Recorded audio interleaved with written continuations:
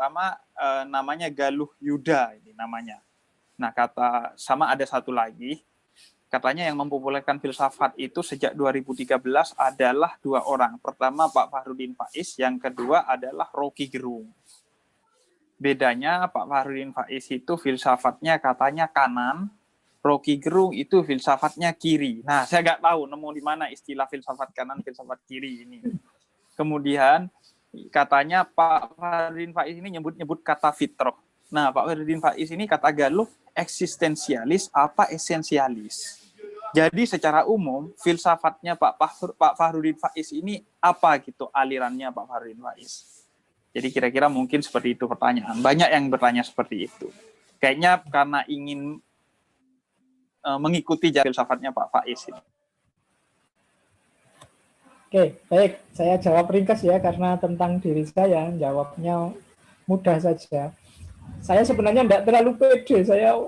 Pendapat saya seperti apa itu saya selalu tidak pede jawab. Saya itu selalu mengikuti tokoh siapa yang saya sukai, kemudian melanjutkan gagasan yang menurut saya bagus, selalu begitu. Jadi kalau saya bicara berarti ini bukan pendapat saya murni. Saya hanya mengutip tokoh yang menurut saya pas.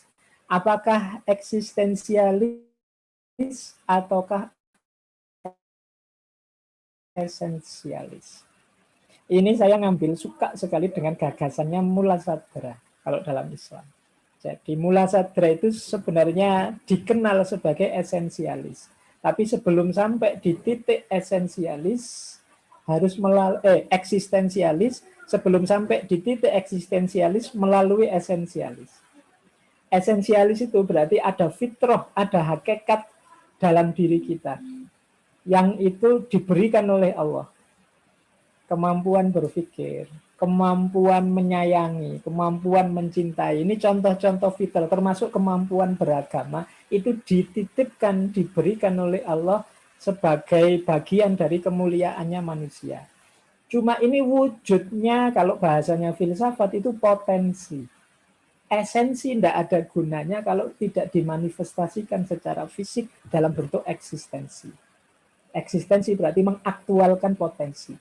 Tidak ada gunanya kita mengklaim akhlak saya jujur loh Pak, tapi keluarnya bohong. Nah, itu berarti, tapi harus jelas dulu esensinya. Jadi esensi banyak, kebaikan, keindahan itu banyak yang esensial dalam diri kita, termasuk kemampuan berpikir, hati nurani, beragama, menyayangi sesama. Ini esensi-esensi yang dititipkan Allah dalam diri kita, cuma bentuknya potensi. Ini tidak ada gunanya kalau tidak kita aktualkan. Nah, mengaktualkan ini ya pasti menyesuaikan dengan lingkungan, sesuai dengan daya kita, sesuai dengan kapasitas pemahaman kita. Kalau ini sudah eksistensialis.